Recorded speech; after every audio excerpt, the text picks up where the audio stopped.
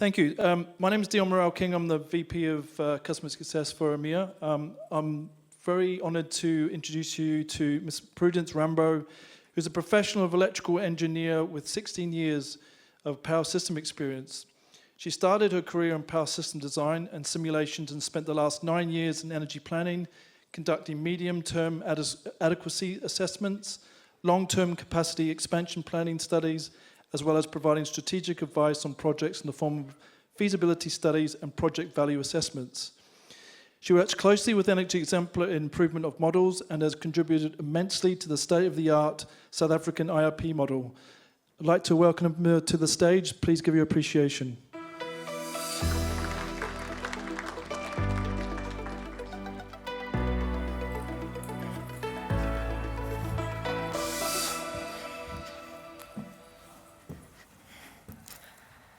All right, good afternoon.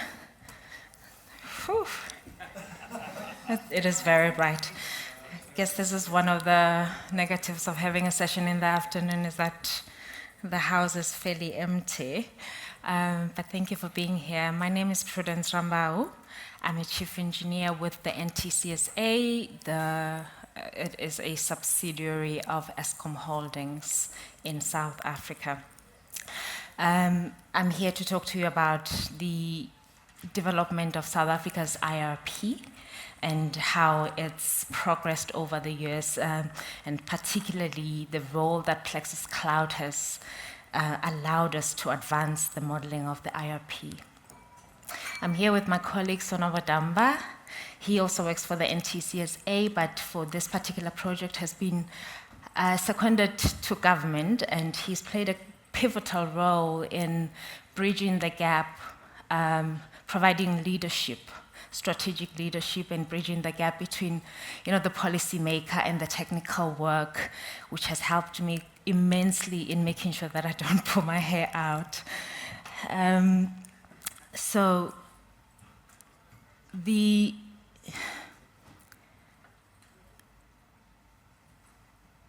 role of the IRP in South Africa lies with government, and this happened many years ago. The first IRP was promulgated in 2010, and we've had another one promulgated in 2019, with several others done in between, which have were essentially made for analysis, to see what they call the pulse of the power sector in the country, but were not eventually promulgated for implementation. Really, the goal of the IRP is to provide government with a generation expansion plan, although over the years this has, let's say, advanced into including other generation resources of a grid supporting nature, so battery storage, and currently we're actually in the middle of procuring ancillary services, and this is part of the work that we do. The government program has at this point procured about 6,000 megawatts of wind and PV, 600 megawatts of solar CSP, and there has been a lot of battery, let's say 3 bid window rounds of procuring energy storage, as well as, so the gas program is currently underway, and we are having some challenges there, and it's simply because we do not have gas that is indigenous to the country. Now, in terms of background, just so you have a landscape of the country, it helps when we get to understand why we do what we do from a generation expansion perspective. It is important that you understand that the load centers, really, we have 3 major ones. There's one in the Western Cape, there's one in the KZN, but the hub really is central in Gauteng there, it's the big bubble there that is dark blue, based on that scale that I have on the right. And it is such a big load that it's actually covering, sorry, I can't see my screen. it's such a big load that it is even covering the province in the background. You can't even see that name, and it was done intentionally. So the province there is Gauteng compared to the Western Cape, which is in the Cape, of course, and then KZN, which is on the eastern coast. Now, on the supply side, these two pictures here are showing you the migration from where we were, which has been really more of a supply generation that is centralized. Although we did also have some other generators, there's a nuclear down south.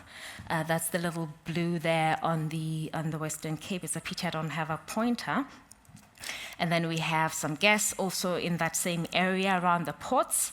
Then there was also hydro and a little bit of pump storage.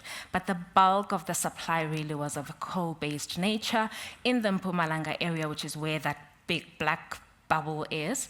And then there's a little coal bed around the Limpopo area. That is the other black dot that is scattered fairly towards the north of the country.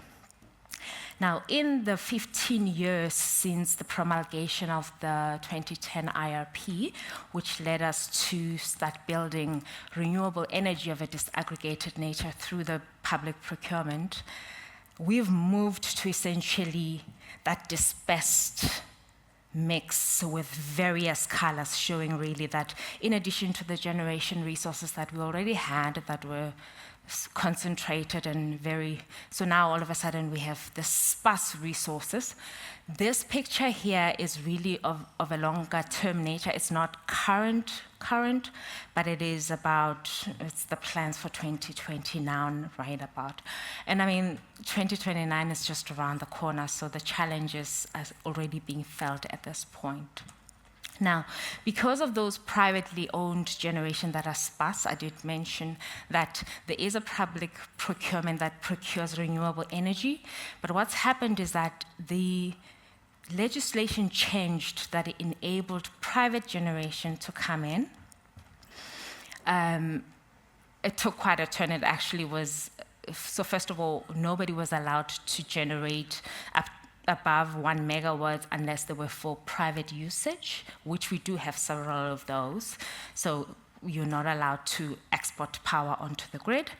That has been changed, and people were allowed to build about 10 megawatts, and then it increased to 100 megawatts, because really at that point, as it was mentioned earlier in the morning in the keynote, that we were going through load shedding, so government was trying very hard to try and get as many megawatts on the system as possible. We then ultimately lifted that ban, so anybody can build whatever they want and whatever technology they choose. It just so happens to be limited really to the red and the yellow here, which is the solar and the wind, or in the little bit of battery storage there. There's hardly been an interest from a private development of gas at this stage, except for the small little generators.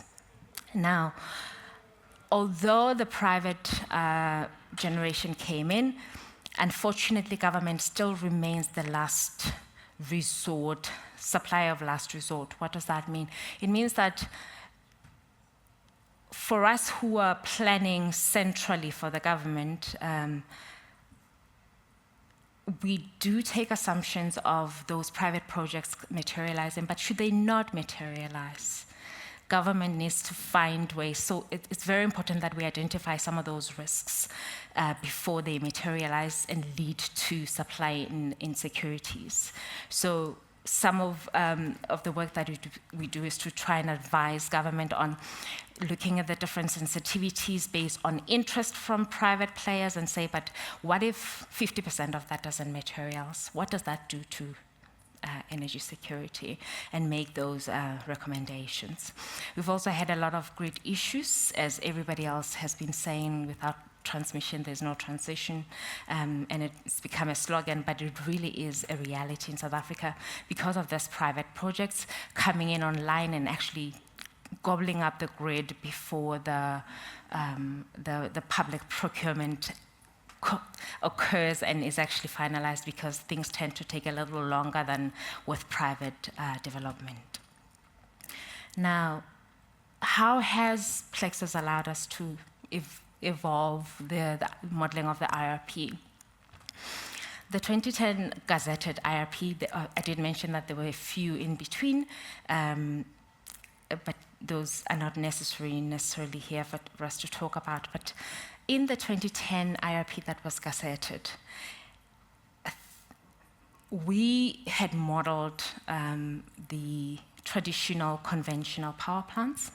It was at the beginning of the emerging technologies coming up. The costs were very, very expensive. We didn't really have a lot of information. It was so simplified that PV, wind, and CSP were not modeled. I think the likelihood is that the modeling team that did that work did not even envisage would be where we are today, where we're talking about profiles and running 1,000 Monte Carlos to test variability, because the machinery that we were using were laptops at the times, and there was no way that they could accomplish the types of things that we have managed to accomplish now.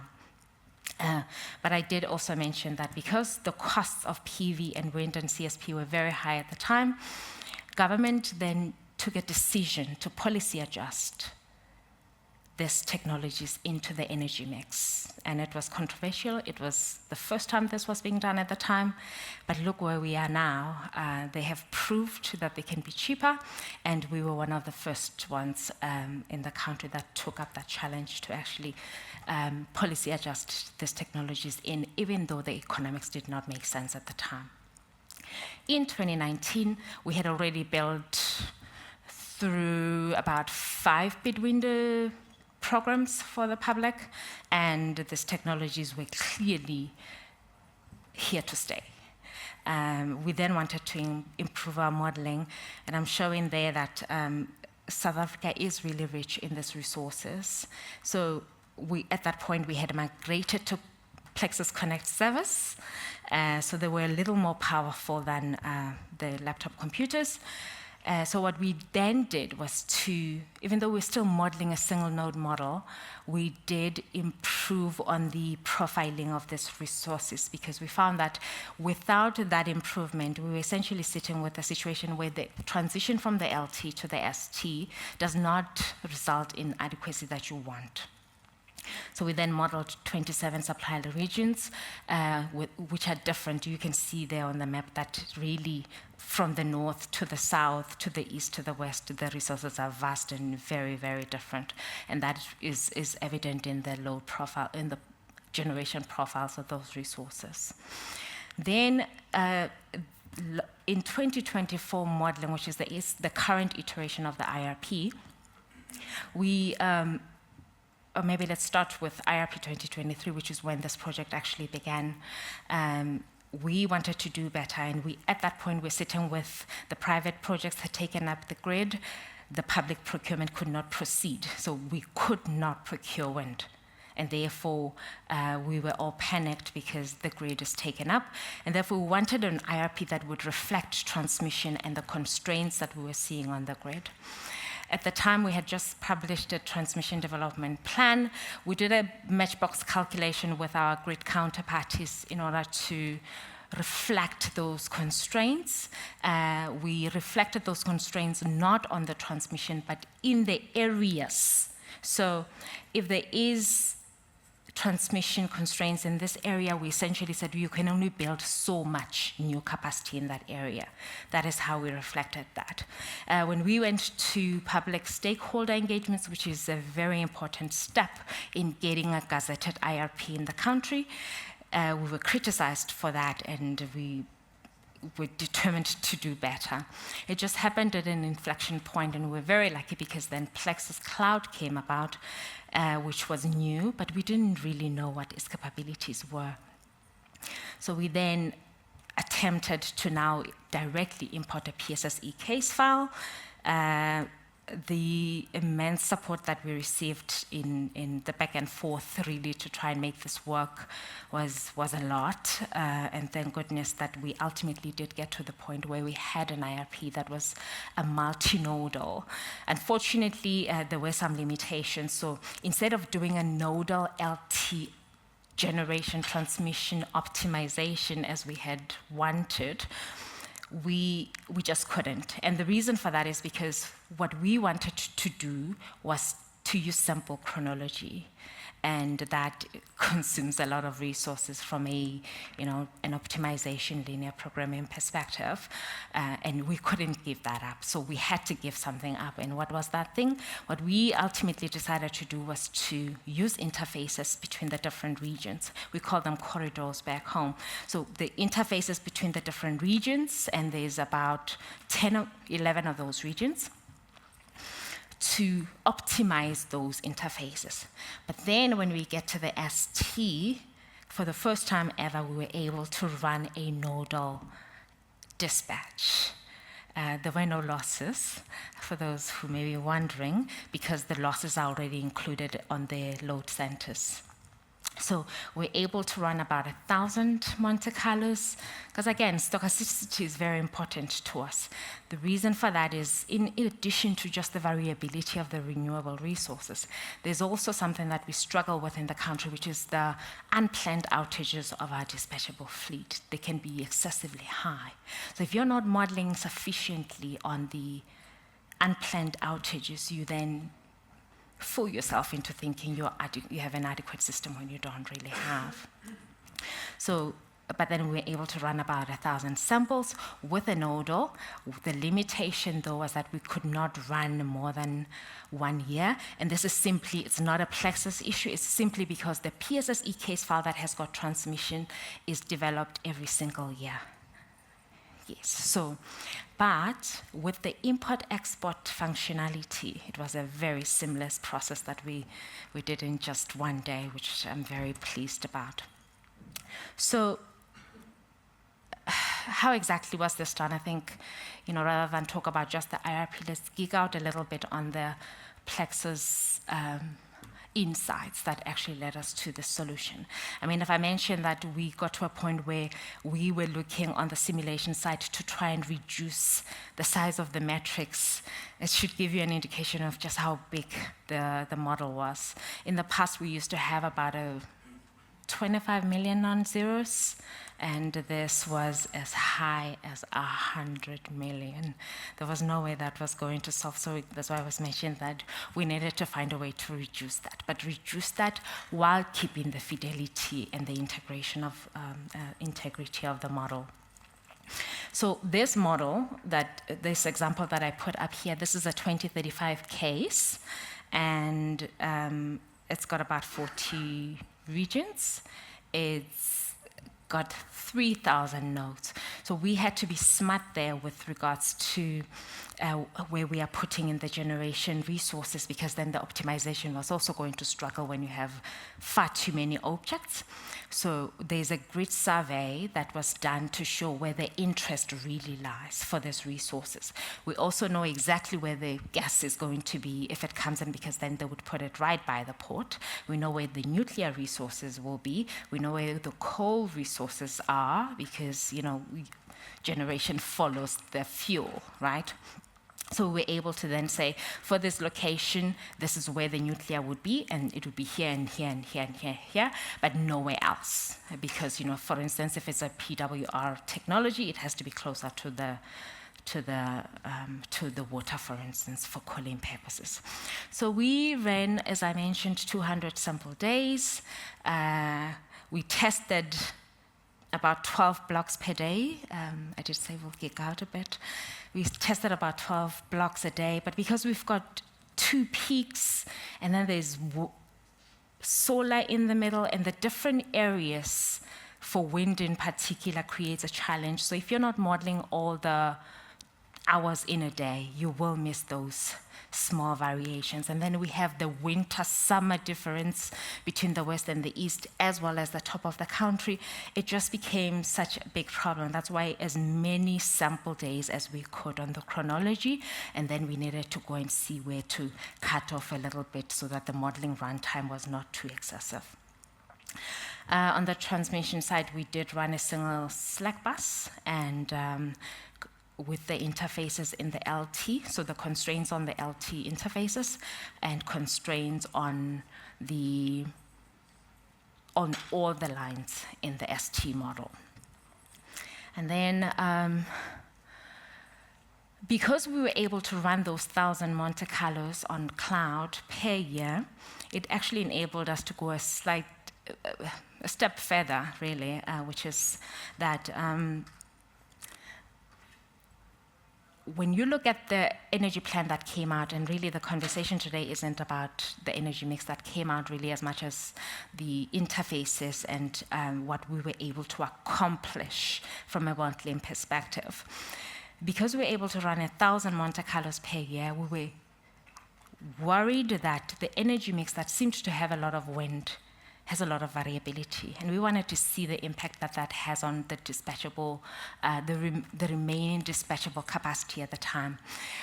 What happens if there are doldrums, right? The dark doldrums, those periods where there is no wind and there's no solar. Will there be sufficient dispatchable capacity to kick in and restore system adequacy?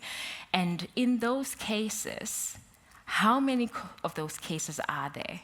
And at this point, we do not have a so-called flexibility metrics. We're still working on that, but we were able to speak from a probability perspective and report on that. And it does show here, actually, I did show a little hint of a result here that is in the public space, that in the longer term, around 2040, 2045, you are starting to see a lot more probability of, or there is a need for dispatchable capacity here. And what we then will do is to go back into the LT model and re-optimize so that those gaps are then closed if they are identified. And then finally, the grid planning, because we've identified that transmission and generation cannot be decoupled anymore, we need each other more than ever, they are using our results, those 1,000 samples, not just because they're able to then find the most onerous generation load dispatch. No, they've always been able to do that. What they are finding useful with this is that because it's a disaggregated model, they are then able to pinpoint what they call problematic areas, the problematic regions, and then unpack that a little more with the information that we were able to get from PLEXOS Cloud. And we were able to couple this with Python, so it's fairly automated. Yeah, I think, Dion, that's our story.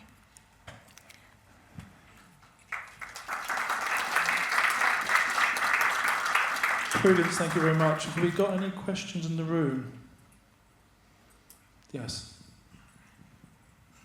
Hi. There are always two gaps in the map, otherwise known as Lesotho and Eswatini. I'm intrigued. What do they do for electricity and power? That's a very good question.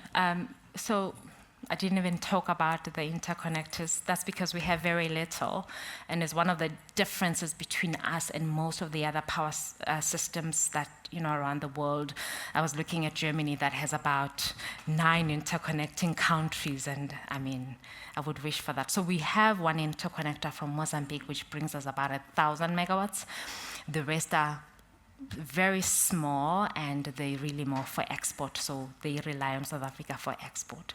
Lesotho is one of those countries, although there are some projects that were identified some years ago because they've got very rich water resources, which we do not, and that is why we struggle with our water-fueled generation resources. They're very limited.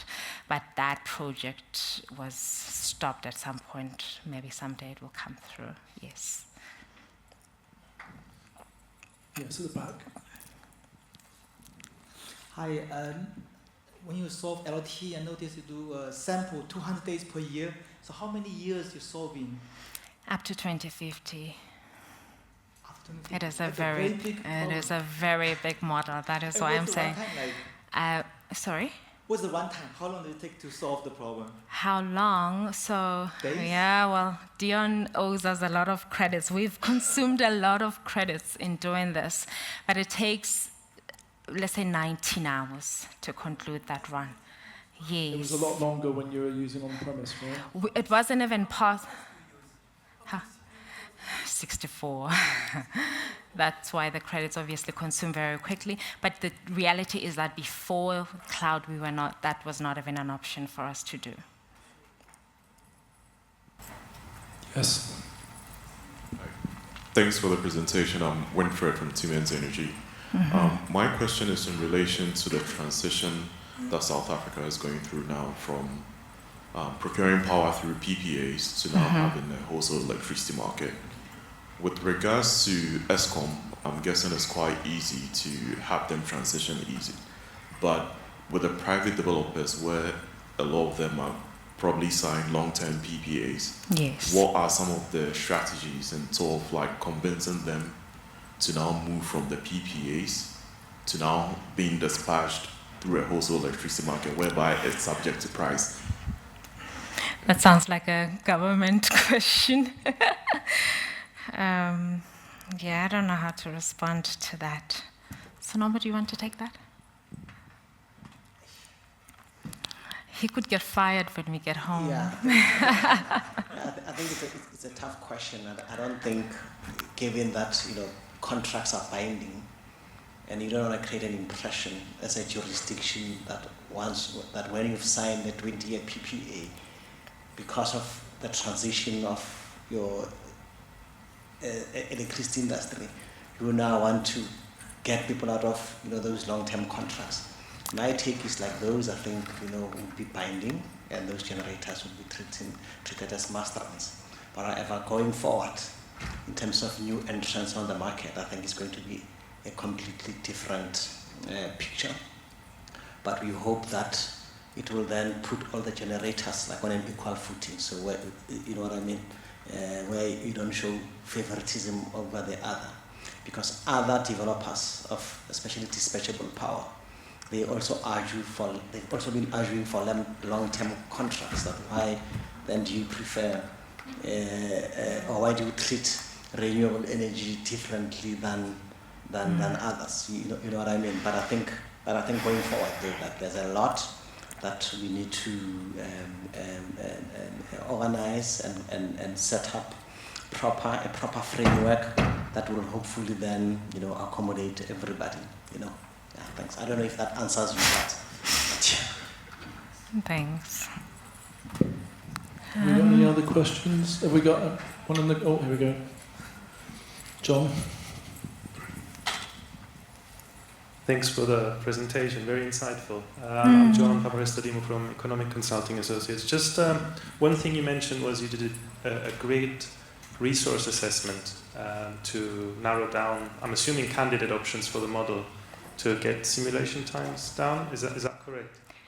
That was in the 2023 because we did not have the setup yet of importing PSSE, and the idea really was to try and capture transmission constraints, so that we don't create an impression that you can build new resources in an area where there actually are constraints. Okay, so the latest iteration of the latest iteration went a step further and imported PSSE with its own transmission constraints. So a line will have all the properties, including resistance, X on it, and the megawatt limitation. So if I've set up such that in the ST do not dispatch this line beyond a certain amount of megawatts, then it wouldn't. Okay, but I guess my question... And what happens is then it essentially then it goes and dispatches elsewhere where there is grid capacity. And the role of the IRP in that context was such that, so now you've dispatched a more expensive generator and you've constrained here because there is no transmission. And that becomes a signal to our transmission grid planners that, you need to look at this area and strengthen it so that the cheaper generation can actually be evacuated, and then you spare the most expensive.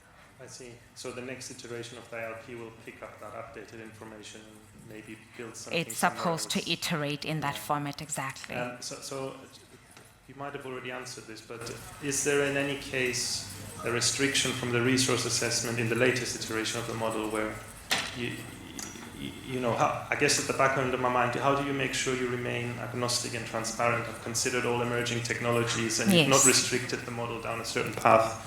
I know it's very open-ended, but I'm just trying to see how to get around that. So there was a great survey that was done to all the developers in the world, and this capacity is about 133 gigawatts of interest. What that does is it tells us, because it's across the country, I don't know if I could go back, Amy.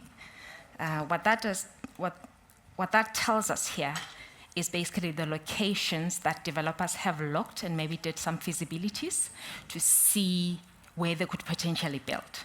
What that tells me as a modeling specialist is that I don't necessarily need to go in the center of that of the country, for instance. If there is a substation there and it's a node, I don't necessarily need to put new resources, because over the 4 years of speaking and surveying developers, nobody's interested in that location. And if nobody's interested to build there, nobody's going to spend money there. And therefore, so for renewables, those are all the locations that we modeled, including the associated batteries in all of those locations. It's the other technologies that are then led by the fuel. So if there is no water, there's no reason for me to go and model a pumped hydro in a desert. We do have a desert, by the way. It's beautiful. You must come and visit. There's also no reason for us to build a PWR where there is no water to cool it. So that was the reason. We didn't do that alone. We did it with a lot of other specialists in the country. Thank you.